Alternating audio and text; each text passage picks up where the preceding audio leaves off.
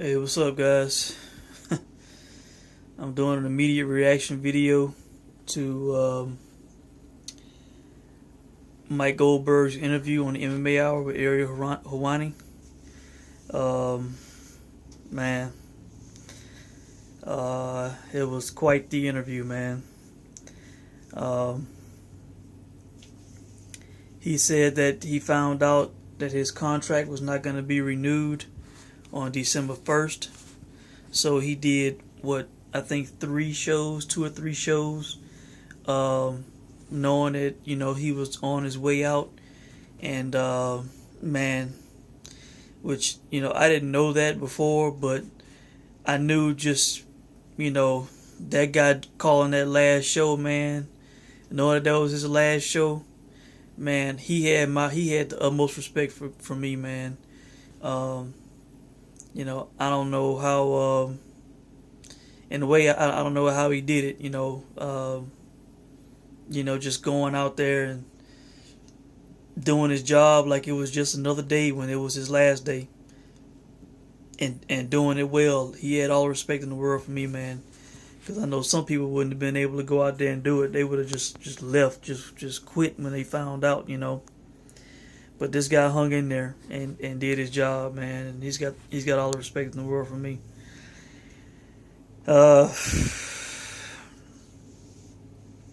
He said that it was a new ownership decision.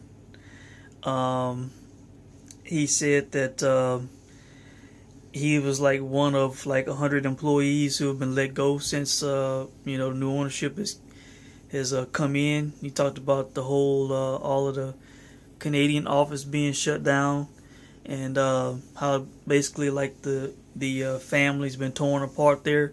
Like I said in the video I did on the day I found out that he was being let go, man, this guy,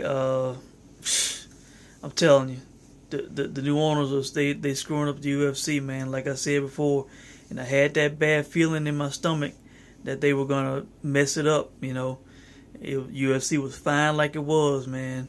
It was worth $4.2 billion for them to buy because it was so good. And they came in and changed it. And it makes no sense to me. It makes no sense to me whatsoever.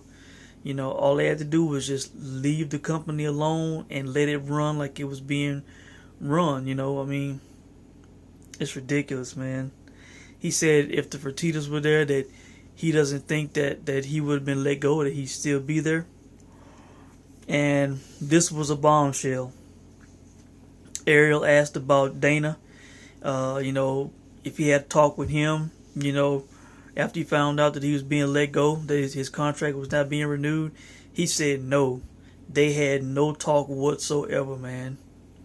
That is low. That is low class, man.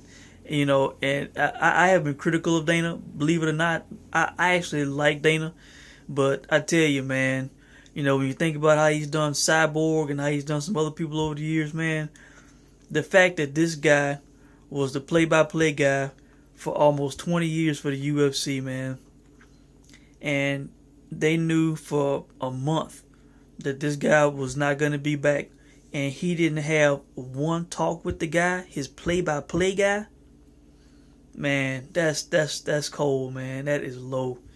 Man, Mike Goldberg has sacrificed lots of time away from his family for the UFC, traveling all over the world, man.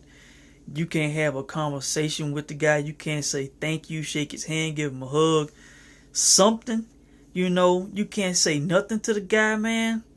That is low. That is low class, low rent, man. That is pathetic, man. I mean, just pathetic. That makes me think a lot less of Dana, man, than I have before, man. That is just low and cold blooded, man. Can't even have a talk with the guy. Thank you for your service, for your work, what you've done for us. Just sickening, man, sickening.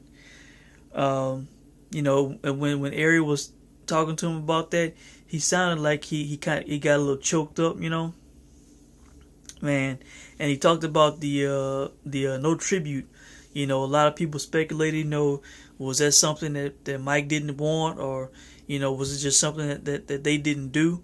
And turns out that he would have liked the tribute at first. He said it would have been cool to have seen some highlights and them to say something, but it was their decision. Obviously, the UFC, new ownership, or whoever, Dana, they did not authorize and do a tribute for this guy. It was just like another show. Let him go like he was just like nothing, And he said that it I guess it kind of he didn't get it and he didn't like it at first. He wanted a tribute, but he said that now it was for the better, because what the fans have done for him, the outpouring of love that he's gotten, all over the world from fans.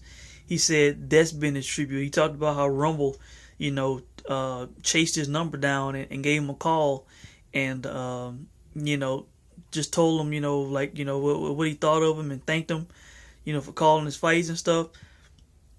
And he praised Rumble, and he praised the fans, and just thanked everybody. I mean, the guy came off as such a class act, man. It was like a 43-minute interview, and man, I tell you, man, if you did not hear it and you want to hear it, just pull up that episode of the MMA Hour, and it starts at the 2-hour mark. You just start from there, and it's 43 minutes, and it is really good. He didn't say what he was doing next. Personally, I think he threw some clues out there. He said that he wanted to stay in MMA, and he talked about the potential next stop. He was very complimentary of Bellator and how they showed that the graphic of fights. It would not surprise me if he showed up in Bellator, or I mean, I would imagine if he did MMA, that would be the spot that he would go, to a major. It would not surprise me. They need to hire his ass, and get rid of the team that they have, because I cannot stand them or that cage announcer. But yeah, I would not be surprised if he showed up there.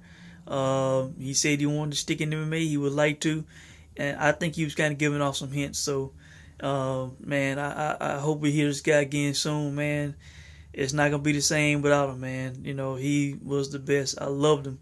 People criticized him, and tried to talk about some of the mistakes he made sometimes and stuff.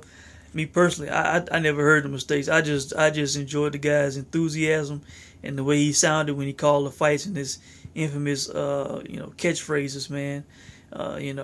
Here we go. It is all over, just like that. Man. For my partner Joe Rogan, saying so long until next time. We see you right back here inside the octagon, man.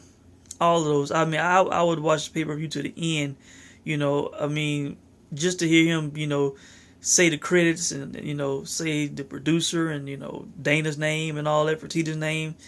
Man, I'm telling you, this guy was the best, man. Class act, professional.